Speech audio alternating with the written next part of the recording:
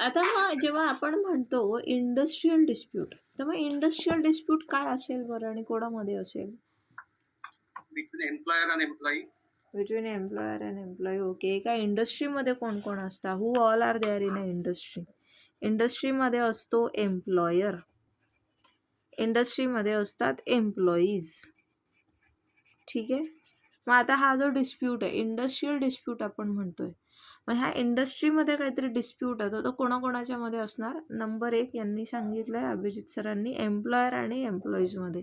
आणखी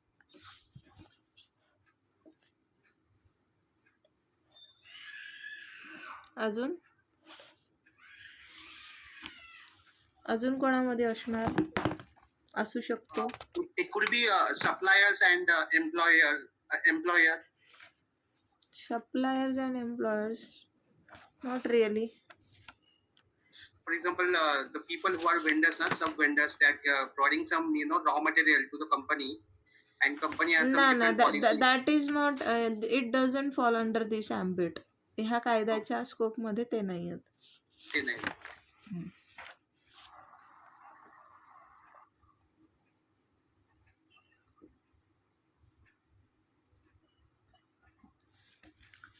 बोला, पटकन बोला.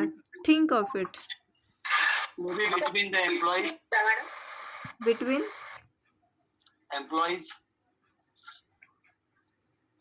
एम्प्लॉईज. ओके. एम्प्लॉयर आणि एम्प्लॉईजमध्ये, एम्प्लॉईज आणि एम्प्लॉईजमध्ये असं म्हणायचं आहे का तुम्हाला? directors मध्ये. डिरेक्टर्स. ओके. सो आता एखादी इंडस्ट्री आहे, तर there could be like number of employers ना, पार्टनर वगैरे आपण बघतो ना जे, तर तसं आता सपोज डिरेक्टर्स आहेत. सो एम्प्लॉयरमध्ये पण असू शकतो ना वाद. रेमंडचा, हां, रेमंडचा आपण जो बघितला होता. So it could B employer and employer. Okay. So industrial dispute जो आहे, इंडस्ट्रियल डिस्प्यूट आपल्याला हा जो पर्टिक्युलर कायदा आहे ना, याचा सेक्शन 2K आहे. 2K सोपा आहे. आपण 2000 कसं लिहितो, 2K असं लिहितो ना. अँड सो त्या ह्याच्याप्रमाणे तुम्ही लक्षात ठेवू शकता. English style. येस. हां. सो एम्प्लॉईजमध्ये असलेला डिस्प्यूट, एम्प्लॉईज आणि एम्प्लॉईजमध्ये असलेला डिस्प्यूट, किंवा एम्प्लॉयर आणि एम्प्लॉयरमध्ये असलेला dispute, this amounts to industrial dispute. Industrial dispute जो आहे यांच्यामधले डिस्प्यूट म्हणजे इंडस्ट्रियल डिस्प्यूट आहे. मग ह्या डिस्प्यूट्समुळे काय होऊ शकतं बरं? याचा परिणाम काय होतो? जर employer yes, very good. Production. अजून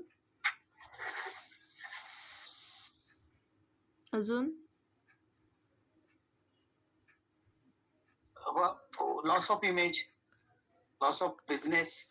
Loss of business, loss of image, that something that you are trying to say about the reputation. Yes. हां.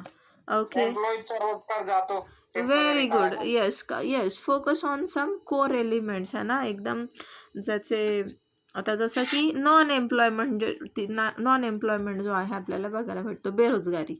आता सपोज एम्प्लॉयर आणि एम्प्लॉईजमध्ये काही डिस्प्यूट आहे, एम्प्लॉयरने काढून टाकलं कामगारांना, मग आता हे तर बेरोजगार झाले की नाही? येतं लक्षात? काहीतरी डिस्प्यूट आला, ह्याने टाकलं काढून सगळ्यांना. काय झालं तिथे? नॉन एम्प्लॉयमेंटचा इश्यू झाला.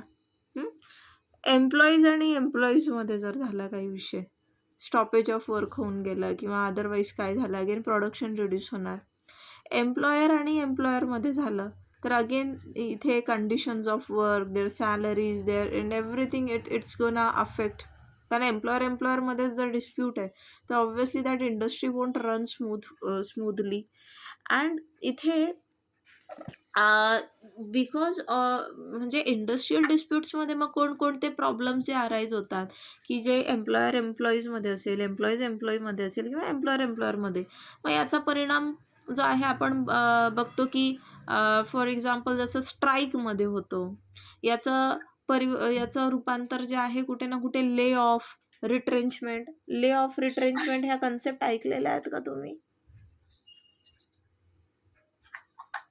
हां. येस येस येस, जेव्हा प्रोडक्शन कमी असतं ना हां त्यावेळेस ले ऑफ केले जातात, म्हणजे काढून येस टाकता येत नाही पण कामावर येऊ देत नाहीत, may be exactly without. Yes yes you are there. So आता हे ले ऑफ रिट्रेंचमेंट स्ट्राईक हे काय हे पण आपण पुढे डिटेलमध्ये बघणारच आहे. Okay, but right now we are just trying to understand the outline of this particular act and the object of this particular act. Okay, so इथे हे सगळे प्रॉब्लेम्स जे आहे अराईज होत होते. आता तिथे ले ऑफ असेल, रिट्रेंचमेंट असेल, त्यानंतर स्ट्राईक असतील, लॉकआउट आहे, लॉकआउट म्हणून पण एक कन्सेप्ट आहे ह्याच्यामध्ये. मग ह्या सगळ्या प्रॉब्लेम्समुळे किंवा ह्या सगळ्या इश्यूजमुळे जे त्याचे परिणाम होत होते, म्हणजे the consequences of these disputes, it was not good at all. आणि मग ह्याच्याकरता आपल्याला एक असा कायदा जो आहे तो हवा होता की हा कायदा जो आहे कुठे ना कुठे आपल्याला व्यवस्थितरित्या मार्गदर्शन करेल की बाबा नेमका कुठला डिस्प्यूट जो आहे तो इंडस्ट्रियल डिस्प्यूट असणार आणि तो कशा पद्धतीने सोडवायचा आणि याच्यासाठी मेकॅनिझम जे आहे, कारण की इंडस्ट्रियल डिस्प्यूट हे बघा असं तर होणार नाही की डिस्प्यूट होणारच नाही, बरोबर आहे ना. This is not possible. आता घरात 4 डोकी असली तरी आपले डिस्प्यूट्स, आपला डिफरन्स ऑफ ओपिनियन होत असतो. मग एखादी एवढी मोठी इंडस्ट्री जिथे इतके लोक आहेत तिथे ऑब्व्हियसली डिस्प्यूट जो आहे तो अराईज होणार आहे. पण तो अराईज झालेला डिस्प्यूट जो आहे तो वेळेत कसा रिझॉल्व्ह करायचा, isn't it what is required. We can't completely avoid dispute. Are you getting the point guys? Yes. So we can't completely prevent disputes. Yes, we can prevent them to certain extent, है ना. त्यासाठी काही committees, boards वगैरे जे आहे ना, ह्या ॲक्टने त्याचं गठन पण केलेलं आहे. पण जेव्हा डिस्प्यूट अराईज होतो त्या डिस्प्यूटच्या रिझॉल्युशनसाठी, तो डिस्प्यूट रिझॉल्व्ह करण्यासाठी एक प्रॉपर असं मेकॅनिझम त्या ठिकाणी उभं केलं पाहिजे. हे याची म्हणजे नितांत गरज होती आणि त्या कारणास्तव हा जो आपला इंडस्ट्रियल डिस्प्यूट्स ॲक्ट आहे हा पास करण्यात आला होता. सो याचा ऑब्जेक्ट काय होता की एक इन्व्हेस्टिगेशन आणि सेटलमेंट ऑफ इंडस्ट्रियल डिस्प्यूट्स, म्हणजे इंडस्ट्रियल डिस्प्यूट जो आहे त्याच्यात इन्व्हेस्टिगेट करणं की नेमका का झाला, कसा झाला, काय आहे, कसं ते आणि तो सेटल करणं. आता ह्याच्यासाठी एक मेकॅनिझम उभं करणं, म्हणजे एक अशी मशिनरी असावी, एक अशी यंत्रणा असावी की जे ह्या इंडस्ट्रियल डिस्प्यूटमध्ये इन्व्हेस्टिगेट करेल आणि तो डिस्प्यूट जो आहे तो सेटल करण्याचं काम करेल. मग याच्याकरता आपण बघतो हा जो ॲक्ट आहे याने आपल्याला काय दिलं आहे, तर आपल्याला वर्क्स कमिटी दिली आहे, इंडस्ट्रियल ट्रिब्युनल दिले आहे, इवन लेबर कोर्ट वगैरे पण दिलेले आहेत. ठीक आहे. सो आपण इथे बघतो प्रामुख्याने की वर्क्स कमिटी इस्टॅब्लिश झालेली आहे आणि इंडस्ट्रियल ट्रिब्युनल्स आपल्याला बघायला भेटतात. सो मग याच्याने कुठे ना कुठे आपल्याला वर्कर्सचं पार्टिसिपेशन जे आहे, वर्क्स कमिटी जी आहे ना याच्या थ्रू आपल्याला पाहायला भेटतं की वर्करचं पार्टिसिपेशन जे आहे हे मॅनेजमेंटमध्ये करून घेण्यात आलेलं आहे. आणि जर इथे तुम्ही पाहिलं तर आपले DPSPs आर्टिकल कुठून कुठपर्यंत, 36 to 51. Very good. तर त्याच्यामध्ये तुम्ही जर बघाल तर एक आर्टिकल आहे which speaks about workers participation in management. मग ह्या ॲक्टने त्या पर्टिक्युलर आर्टिकलला इफेक्टमध्ये जे आहे आणण्याचं काम केलेलं आहे. मग हा जो कायदा आहे हा कधी बरं अस्तित्वात आला, तर आता आपला जो चालू महिना आहे म्हणजे एप्रिल महिना, तर 1 एप्रिल 1947 रोजी हा फोर्समध्ये आला. आणि आजची तारीख मला सांगा काय आहे आणि आजचं वैशिष्ट्य काय आजच्या दिवसाचं. आज 24 एप्रिल. काय वैशिष्ट्य. केशवानंद भारती केस. येस, आजच्या दिवशी लँडमार्क जजमेंट जे आहे Keshavananda Bharati versus state of Kerala हे जे आहे हे देण्यात आलं होतं. त्यावेळेचं सगळ्यात लांबलचक असं जजमेंट होतं, मला वाटतं 774 का 78 काहीतरी अशा पानांचं. आणि हे का बरं महत्त्वाचं आहे आपल्या दृष्टीने,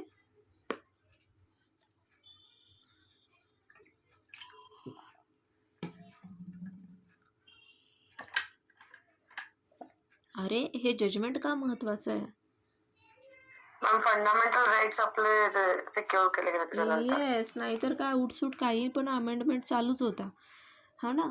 केंद्र आपलं सुप्रमसी दाखवायला बघत होतं. कोर्ट जे आहे कुठे ना कुठे आपण बघतो की काही असे बायस होऊन किंवा फेवरमध्ये जाऊन पण काम केलं त्यांनी जजमेंट देण्याचे.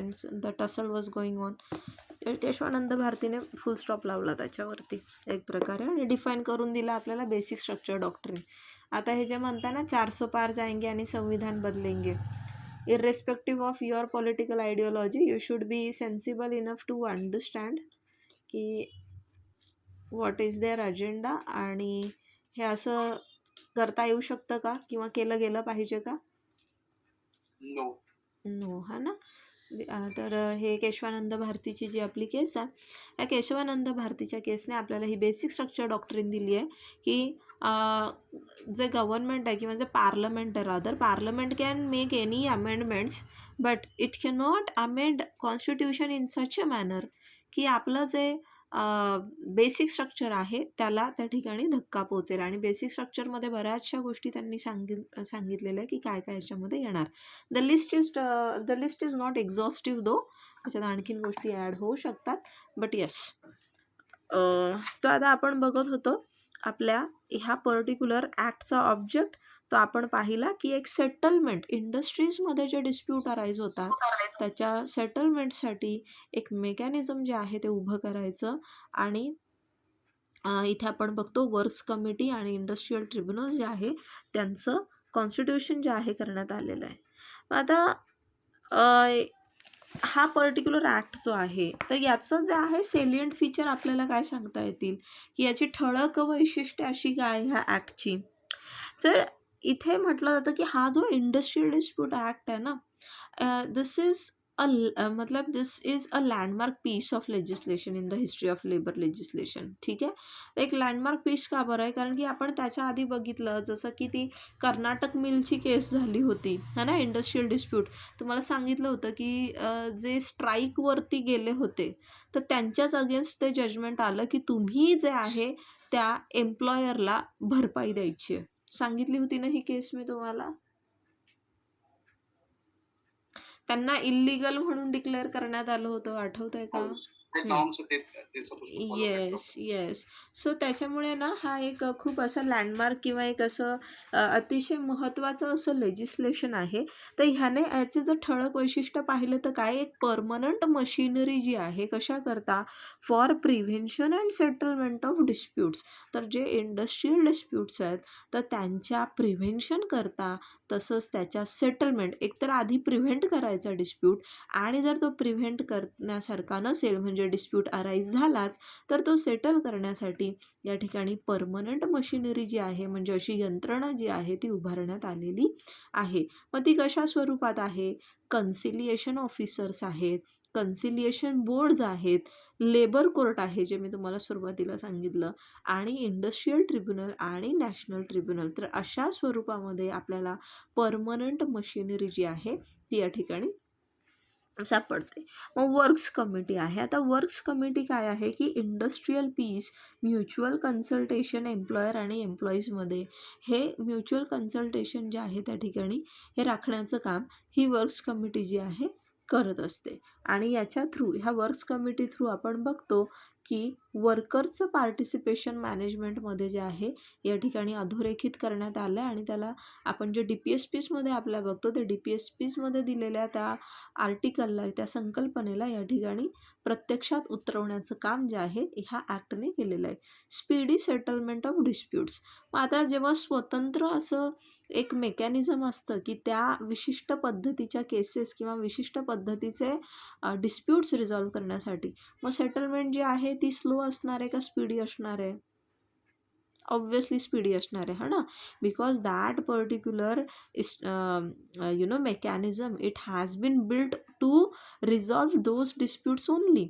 आता आपण पारंपरिक कोर्ट जे बघितलं, ट्रेडिशनल कोर्ट, तिथे तुमचे सगळ्या प्रकारचे जे आहेत मॅटर्स येत असतात, दिवाणी, फौजदारी, त्याच्यात पण वेगवेगळे, कोणी किरकोळ मॅटर असेल, कोणाचं सिरियस ऑफेन्स असेल. मग इथे जे आहे हे जे आपल्याला इथे मेकॅनिझम जे यांनी ह्या ॲक्टने दिलेलं आहे तर ते फक्त आणि फक्त कशासाठी डेडिकेटेड आहे, इंडस्ट्रीयल डिस्प्यूट्स जे आहे ते प्रिव्हेंट आणि सेटल करण्यासाठी. मग इथे सेटलमेंट जी आहे ती कशी होत असते, ही स्पीडी वेमध्ये होते. तर कोणा थ्रू, कन्सिलिएशन आर्बिट्रेशन. आता कन्सिलिएशन आर्बिट्रेशन काय हे तुम्हाला ऑलरेडी माहिती आहे, आपण ADR शिकलेलो आहोत. ठीक आहे. मग voluntary reference of disputes to arbitration, की तुम्ही व्हॉलेंटरी, जसं आपण ते बघतो ना की आपण आर्बिट्रेशनमध्ये बघितलं की व्हॉलेंटरीली जे आहे पार्टीज तिथे अप्रोच करू शकतात, राईट. व्हॉलेंटरी रेफरन्स जो आहे तो असू शकतो आर्बिट्रेशनला. येत आहे लक्षात की तुमच्या कॉन्ट्रॅक्टमध्ये आहे किंवा डिस्प्यूट अराईज झाल्यानंतर मग you people have agreed, both parties have agreed and they have referred their dispute to the arbitration instead of going to the regular court. आठवतं आहे का सगळ्यांना? Yes, ma'am. हां, इथे Yes, ma'am. हां, जी वर्कमनची डेफिनेशन आहे त्याला पण वायडर स्कोप देण्यात आलेला आहे. हा ॲक्ट जो आहे पूर्ण भारतभर ॲप्लिकेबल, अगदी म्हणजे जेव्हा तो पास झाला होता तेव्हापासूनच इथे दिलेला आहे की जम्मू काश्मीरला सुद्धा ॲप्लिकेबल होता. त्यानंतर this is an instrument of social justice. कारण की काय, आता सोशल जस्टिसनं वी ऑल से की आता प्रत्येक लेबर लेजिस्लेशन खरं तर it is a social legislation. आणि ते का असतं हे मी तुम्हाला सुरुवातीच्या पहिल्याच लेक्चरला जे आहे एक्सप्लेनही केलं होतं.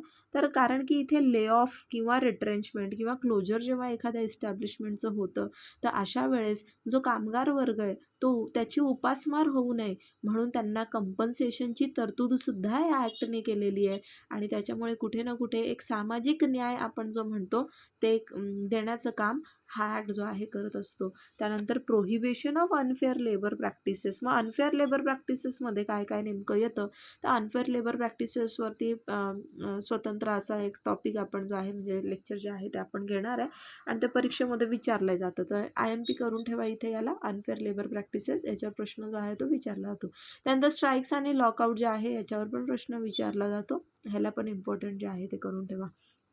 मग इथे हा जो पर्टिक्युलर ॲक्ट आहे याने अनफेअर लेबर प्रॅक्टिसेस प्रोहिबिट केल्या आहेत. याने स्ट्राईक्स आणि लॉकआउट्स जे आहे पब्लिक युटिलिटीजमध्ये. आता पब्लिक युटिलिटी म्हणजे आता जसं की आपलं रेल्वे झालं, जसं की सर्टन मायनिंग्स झाले, येस.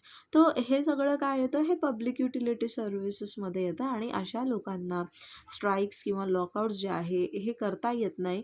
आणि if at all they have to go on a strike तर they have to give a prior notice. आणि ते जे आहे त्याला व्हॉट वी से की एक प्रकारचं what you call it as की they must get that permission basically. तर they just can't they can't get up any day and call out की okay we are on strike, no. आणि तुम्हाला सगळ्यांना माहीत असेल आपल्याला ॲडव्होकेट्सला पण स्ट्राईकवर जाता येत नाही, है ना. You have studied that in your last semester. Okay. मग कन्सिलिएशन प्रोसिजर जर तुमची ती चालू असेल म्हणजे त्याच्या प्रोसिडिंग्स चालू आहे तर त्या दरम्यान तुम्ही स्ट्राईकवर जाणार नाहीत असं सुद्धा या ॲक्टने क्लिअरली सांगितलेलं आहे. आणि प्रोटेक्शन जे आहे वर्कर्सला against lay off, retrenchment, closure असेल इंडस्ट्रियल एस्टॅब्लिशमेंटचं, रॉंगफुल डिसमिसल असेल किंवा व्हिक्टमायझेशन हा प्रकार जो चालतो तर ह्याला पण प्रोहिबिट केलेलं आहे. And again as I said की हा हे सोशल लेजिस्लेशन आहे कारण की इथे इंडस्ट्रियल रिलेशन जे आहे हे इम्प्रूव्ह करण्याचा प्रयत्न जो आहे हा ॲक्ट करतो. आणि त्याच्याने काय होत असतं की इकॉनॉमिक ग्रोथ होते, इंडस्ट्रियल प्रोग्रेस होते कंट्रीची. ऑब्व्हियसली इंडस्ट्रीजचं फंक्शनिंग स्मूथली चाललं की इकॉनॉमिक ग्रोथ होतच असते, हो की नाही. आणि इकॉनॉमिक ग्रोथ झाली कुठल्याही देशाची तर त्या देशाची प्रगतीसुद्धा निश्चित असते. तो मग आता ह्या ॲक्टची कॉन्स्टिट्युशनल व्हॅलिडिटी काय बरं, कारण की हा ॲक्ट तर बऱ्याच गोष्टींवरती आपण पाहिलं की इथं बंधन घालतो आहे, जसं की prohibition of strikes, lockouts, prohibition of strikes during conciliation. त्यानंतर इथे जो एम्प्लॉयर आहे त्यांना ले ऑफ वगैरे किंवा अशा ड्युरेशनमध्ये पण त्यांना काही कंपन्सेशन किंवा सर्टन पे स्केल जो आहे तो द्यायला सांगितलेला आहे. मग आपल्याकडे आर्टिकल 19 जो आहे, 19मध्ये आपला जो क्लॉज 1G आहे ह्याच्यामध्ये आपण बघतो की प्रत्येकाला या ठिकाणी कुठलाही ट्रेड, ऑक्युपेशन वगैरे वगैरे जे असेल ते करण्याचा अधिकार आहे. मग ह्या ॲक्टने ही जी बंधनं घातली आहेत, मग हे अरस्त आहेत का? ते अनकॉन्स्टिट्युशनल आहे का? तर हे अनकॉन्स्टिट्युशनल नाही. कारण की हे जे आपल्याला राईट्स या ठिकाणी भेटलेले किंवा हे जे फ्रीडम्स आहेत आपले 6 फ्रीडम आर्टिकल 19च्या अंतर्गत, हे 6 फ्रीडम जे आहेत हे अमर्याद स्वरूपाचे आहेत का? म्हणजे ॲब्सोल्यूट नेचरचे आहेत का बरं? बोला. नाही. त्याच्यावर काही रेस्ट्रिक्शन्स आहेत की नाही? आणि ते रेस्ट्रिक्शन्स कसे आहेत? रिझनेबल. कसे आहेत? रिझनेबल. तर याच्यावर रिझनेबल रेस्ट्रिक्शन्स जे आहे हे स्टेट इम्पोज करू शकतं आणि त्याच अनुषंगाने जे ह्या ॲक्टने काही प्रोहिबिशन्स किंवा काही रेस्ट्रिक्शन्स जे टाकलेले आहेत एम्प्लॉयरवरती किंवा अदरवाईज एम्प्लॉईजवरती सुद्धा, तर ते कुठेही अनकॉन्स्टिट्युशनल नाही. त्यामुळं हा ॲक्ट जो आहे हा पूर्णपणे कसा आहे? कॉन्स्टिट्युशनल आहे. ठीक आहे.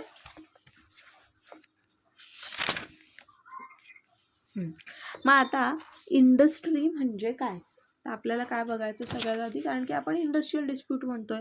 तर मग नेमकं इंडस्ट्री ह्या संकल्पनेमध्ये काय काय कुठल्या कुठल्या गोष्टी म्हणजे कुठल्या प्रोसिजर किंवा कोणती अशी जागा जी आहे इंडस्ट्रीच्या डेफिनेशनमध्ये यांनी कव्हर केली? एक मिनिट.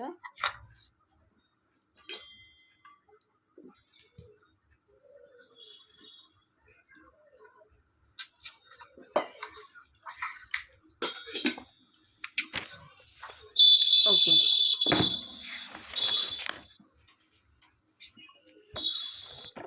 आता इंडस्ट्री बघा काय सांगितलं आहे आपल्याला, की इंडस्ट्री काय आहे.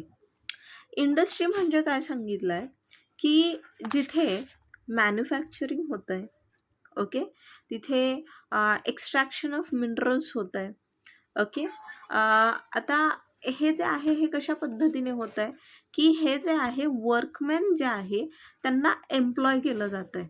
ठीक आहे. सिस्टमॅटिक वेमध्ये हे सगळ्या गोष्टी होत आहेत.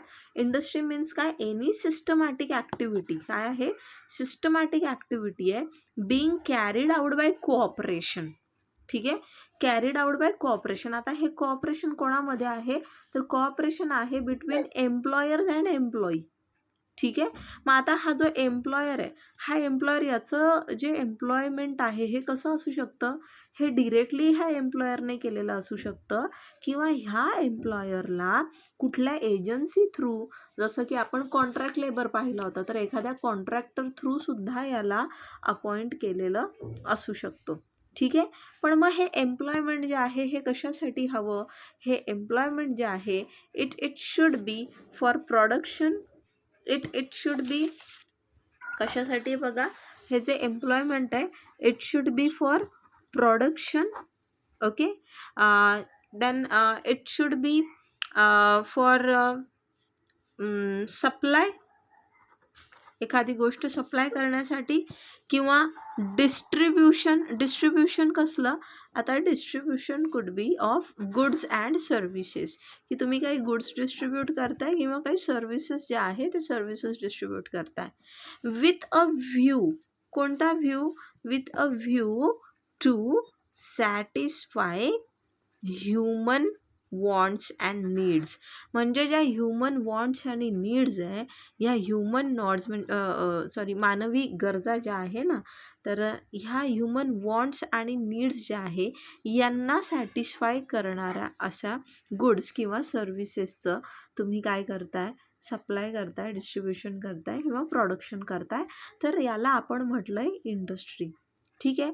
मग याच्यामध्ये काय येत नाही? ह्याच्या वॉन्ट्स आणि नीड्स म्हटलेलं आहे, तर ह्याच्यामध्ये स्पिरिच्युअल, पूर्णतः प्युअरली किंवा मेअरली स्पिरिच्युअल किंवा रिलिजियस नेचरच्या वॉन्ट्स किंवा विशेस जे आहे हे याच्यामध्ये येत नाही. म्हणजे एखादा आश्रम, एखादं मठ किंवा एखादं अशी जागा की जिथे अशा काही रिलिजियस किंवा स्पिरिच्युअल ॲक्टिव्हिटीज होता, ते इंडस्ट्रीमध्ये येणार आहे का? No ma'am. नाही येणार. इथे काय सांगितलेलं आहे? प्रोडक्शन, सप्लाय, डिस्ट्रीब्युशन म्हणजे याच्यात मॅन्युफॅक्चरिंग वगैरे हे सगळं आलं. हे कशासाठी आहे की ह्युमन वॉन्ट्स आणि नीड्स ज्या आहे ह्या सॅटिस्फाय करण्यासाठी. मात्र ह्या ह्युमन वॉन्ट्स आणि विशेष ज्या आहे ह्या मेअरली स्पिरिच्युअल किंवा रिलिजियस नेचरच्या असता कामा नाही. ठीक आहे. प्युअरली या ठिकाणी स्पिरिच्युअल किंवा रिलिजियस वॉन्ट्स आणि नीड्स असतील तर हे सॅटिस्फाय करणारे अशी कुठली पण सर्विस किंवा गुड्स जे आहे अशी त्या ठिकाणाला म्हणजे इंडस्ट्री जे आहे ते म्हटलेलं नाही आहे. ठीक आहे. आता इथे ही जी ॲक्टिव्हिटी आहे ही ॲक्टिव्हिटी हे प्रोडक्शन असेल, सप्लाय असेल किंवा what ever is taking place, तर इथे कॅपिटल इन्व्हेस्ट केलेलं असतं. म्हणजे ह्या वरच्या ॲक्टिव्हिटीज ज्या आहे ह्या ॲक्टिव्हिटीजसाठी for the purpose of carrying on this activity काहीतरी कॅपिटल जे आहे ते इन्व्हेस्ट केलेलं असतं. ठीक आहे. कॅपिटल म्हणजे काय? भांडवल काहीतरी लावलेलं असतं, पैसा लावलेला असतो. ओके.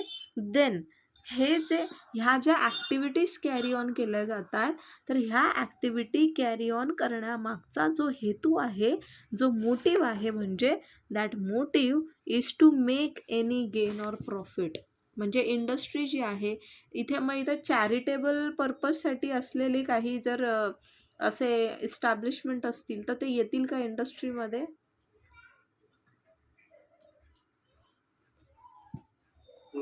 नाही येणार. Because what they are saying की मोटिव्ह हवा. काय मोटिव्ह हवा? Motive should be to earn profit, to make gains, म्हणजे त्या ठिकाणी फायदा, त्या ठिकाणी प्रॉफिट जो आहे तो कमवणं हा उद्दिष्ट असतो. ठीक आहे. मग याच्यामध्ये काय येत नाही? ओके. याच्यामध्ये काय येत नाही तर जे ॲग्रिकल्चरल ॲक्टिव्हिटीज आहे, ॲग्रिकल्चरल ऑपरेशन्स आहेत, मग त्या इंटिग्रेटेड मॅनरमध्ये म्हणजे आता शेतीपूरक जोडधंदे किंवा काय म्हणतात त्याला, शेतीपूरक जोड व्यवसाय असं काहीतरी असतं ना, किंवा जोडधंदे जे काय असेल, म्हणजे त्याच्यात ते तुमचं शेळी पालन, मेंढी पालन, ते काय ते रेशीमचं समथिंग जे पण काय असतं, तर मग ह्या सगळ्या गोष्टी ज्या आहे ह्या इंडस्ट्रीमध्ये येत नाही. तो agricultural operations they have been kept outside the ambit of this industry. मग इथे जे हॉस्पिटल्स आहेत, डिस्पेन्सरीज आहे, एज्युकेशनल किंवा सायंटिफिक रिसर्च ट्रेनिंग सेंटर्स आहेत, हे सुद्धा ह्याच्यामध्ये येत नाही. किंवा खादी माहिती आहे ना सगळ्यांना, खादी ग्रामोद्योग. हां, तर खादीला सुद्धा ह्याच्यातून वगळण्यात आलेलं आहे. आणि महत्त्वाचं आता जे डिफेन्स आहेत, आपलं डिफेन्स सर्व्हिसेस. ठीक आहे. हां, जसं की आपला आर्मी आहे, नेव्ही आहे, हे आर्मी आहे, अजून काय आहे, एअरफोर्स आहे, नेव्हल सर्व्हिसेस आहे. तर ह्या सगळ्यांना पण ह्या ॲम्बिटच्या बाहेर ठेवण्यात आलेलं आहे. म्हणजे जे गव्हर्नमेंटचे सोवरीन फंक्शन्स आहेत. ओके. जसं की डिफेन्स, स्पेस, त्याच्यानंतर आपल्याला इथे ॲटॉमिक एनर्जी वगैरे जे आहे हे पण येतं याच्यात. ठीक आहे. ॲटॉमिक एनर्जी की जे गव्हर्नमेंटचं सोवरीन फंक्शनमध्ये येतं, सोवरीन पॉवर आहे ज्याला, सोवरीन सुप्रिमसी आहे. त्यानंतर domestic services, any type of domestic service, यालासुद्धा इंडस्ट्रीच्या संकल्पनेच्या बाहेर ठेवण्यात आलं आहे. म्हणजे तुमच्या घरी जी हाऊस हेल्प वगैरे येत असेल, जे काही तुम्हाला घरगुती मदत करते घरच्या कामांमध्ये, तर that is kept out of the ambit of this industry. Okay. Then कुठलंही अशी ॲक्टिव्हिटी किंवा प्रोफेशन की जिथे less than 10 individuals are engaged. किती? 10पेक्षा येस, लेस दॅन 10, तर त्यालासुद्धा याच्या ॲम्बिटच्या बाहेर ठेवलं आहे. इवन जर कोऑपरेटिव्ह सोसायटी असेल पण तिथे 10पेक्षा कमी लोक त्या ठिकाणी एम्प्लॉईड असेल तर ते सुद्धा आपण ह्या ॲक्टच्या ॲम्बिटच्या बाहेर जे आहे ठेवलेलं आहे. ठीक आहे.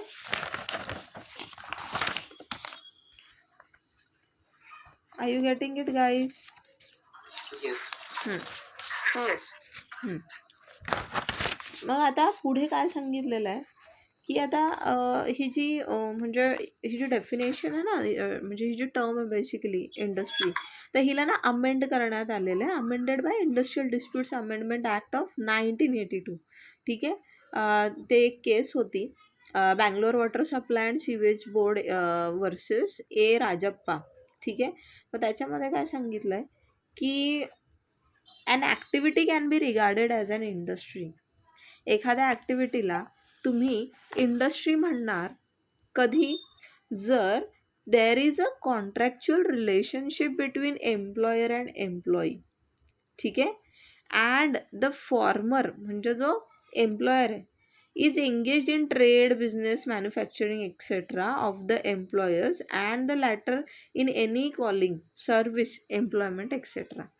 म्हणजे जर त्या ठिकाणी एम्प्लॉयर जो आहे तो कुठला ट्रेड, बिझनेस, मॅन्युफॅक्चरिंग असं करतोय आणि जो एम्प्लॉई आहे तो कुठल्याही त्याच्या कॉलिंग, सर्व्हिस, एम्प्लॉयमेंट असं कुठल्याही रोलमध्ये तो काम करतोय, त्यांच्यामध्ये कॉन्ट्रॅक्च्युअल रिलेशन आहे, तर त्यालासुद्धा इंडस्ट्री ह्या कॅटेगरीमध्ये त्यांनी इन्क्लूड केलेलं आहे. Now next what they have said की प्रॉफिट जो आहे, profit motive is not necessary. ठीक आहे. काय म्हटलं, प्रॉफिट हा मोटिव्ह नेसेसरी नाही आहे, but it must be something parallel or similar to trade or business in a commercial sense. तर त्याला कमर्शियल म्हणजे कमर्शियल स्वरूपाचं असलं पाहिजे. ओके. जो काही ट्रेड बिझनेस त्या ठिकाणी चालला आहे, it must B taking place in commercial sense.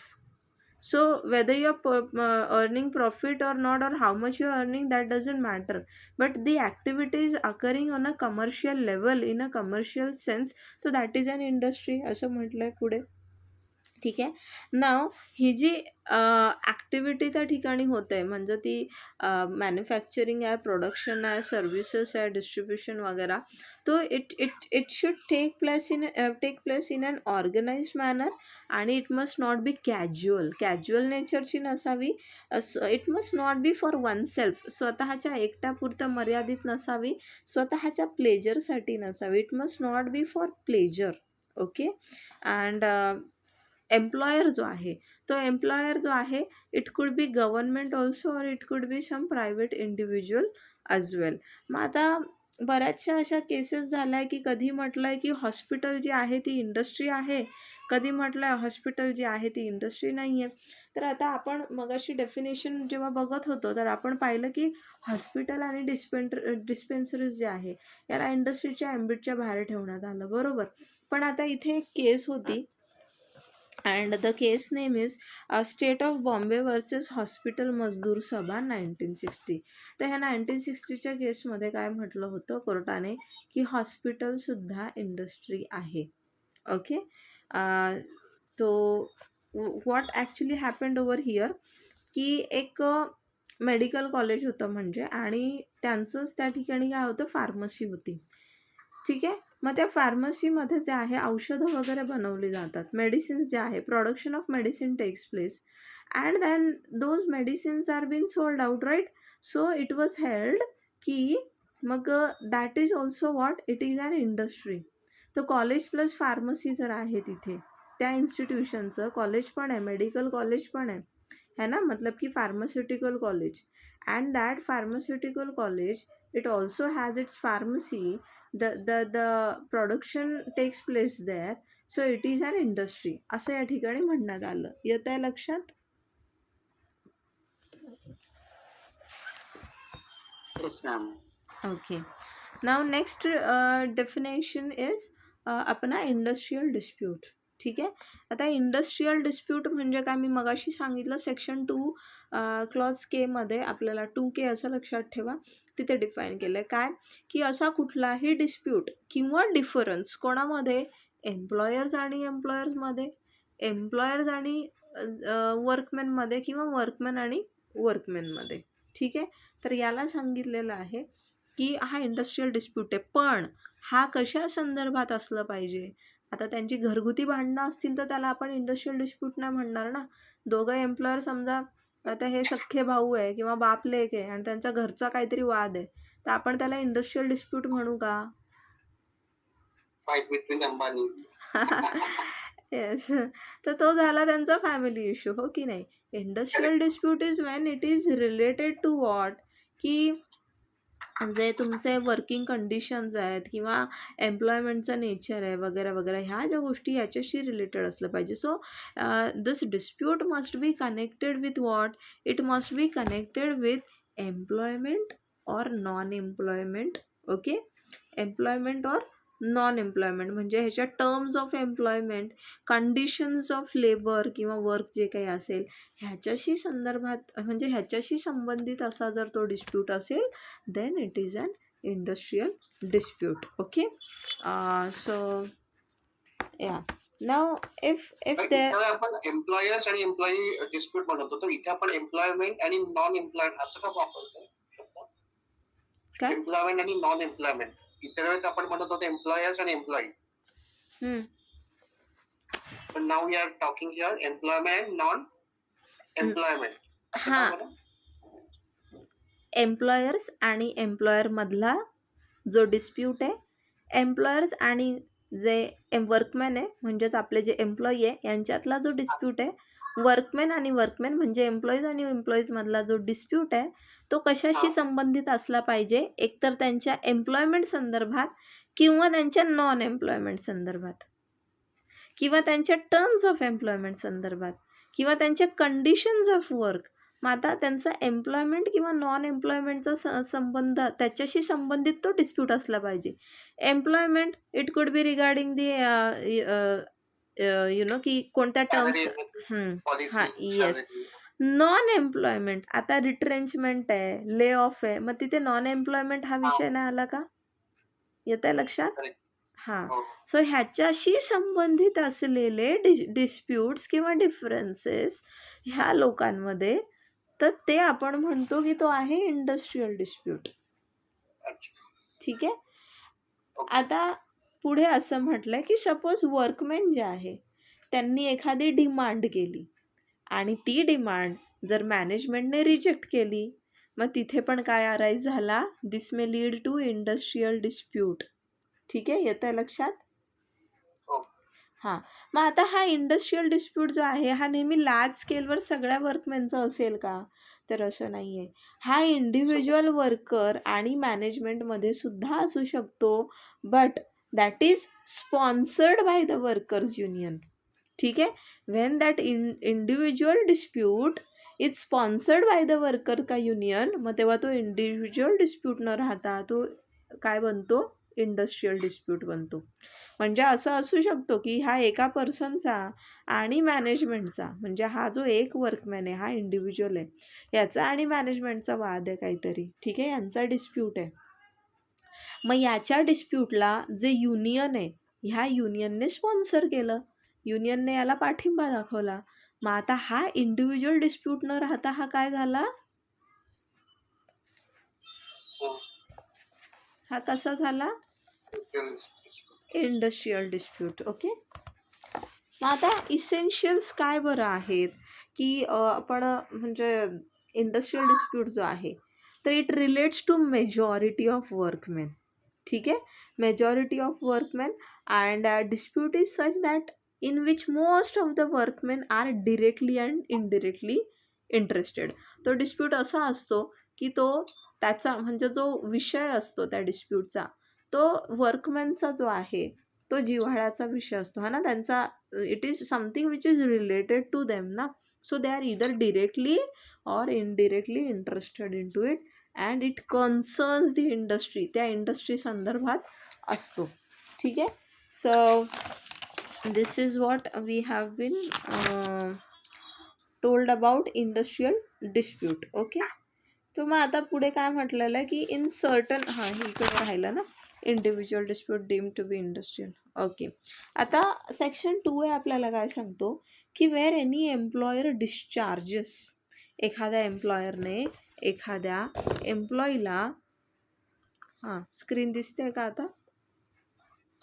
हां, जर एखाद्या एम्प्लॉयरने एखाद्या एम्प्लॉईला काय केलं आहे, डिस्चार्ज केलं, डिसमिस केलं, रिट्रेंच केलं किंवा त्याला टर्मिनेट केलं त्याच्या सर्व्हिसेस. ठीक आहे, अँड यु नो डिस्प्यूट जो आहे किंवा डिफरन्स बिटवीन दिस वर्कमॅन आणि employer, it is connected or arising out of such discharge, dismissal, retrenchment. मग त्यालासुद्धा इंडस्ट्रियल डिस्प्यूट म्हणणार. म्हणजे एखाद्या वर्कमॅनच्या डिसमिसलबद्दल, म्हणजे त्याला डिसमिस करण्यात आलं आहे किंवा टर्मिनेट करण्यात आलं आहे किंवा रिट्रेंच करण्यात आलेलं आहे आणि त्या संदर्भात जे डिफरन्सेस आहे त्याच्यातनं जो डिस्प्यूट अराईज झालेला आहे तर त्यालासुद्धा इंडस्ट्रियल डिस्प्यूट जे आहे या ठिकाणी it is deemed to be an industrial dispute. Okay, though it is individual पण त्याला इट इज डीम्ड ॲज काय म्हटलं जाणार आहे, त्याला काय गृहीत धरलं जाणार आहे की तो इंडस्ट्रियल डिस्प्यूट आहे. ठीक आहे. ओके. आता मग आपल्याला एक इथे उदाहरण जे आहे एक इलस्ट्रेशन दिलेलं आहे. आता एक केस जी आहे Shri Meenakshi mills versus state of Madras. Okay, तर ह्या केसमध्ये लेटर्स जे आहे वर्कर युनियन होती. वर्कर युनियनने काय केलं, ती जी वर्कर्सची युनियन होती यांनी एम्प्लॉयरला काय लिहिले, लेटर लिहिले. ठीक आहे, letters were written to whom, to the employer.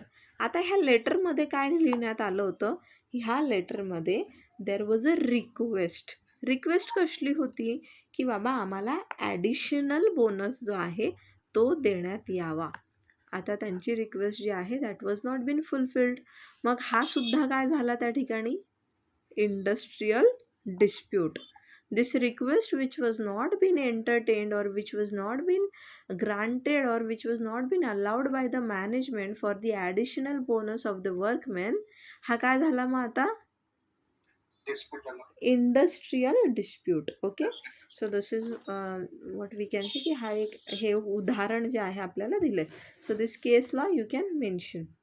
Okay, मग आता आपण जे आहे पुढचे जे प्रोव्हिजन्स आहेत ते उद्या बघूयात. Okay guys. हां, ओके, चलो. So, madam, take care. Yes sir.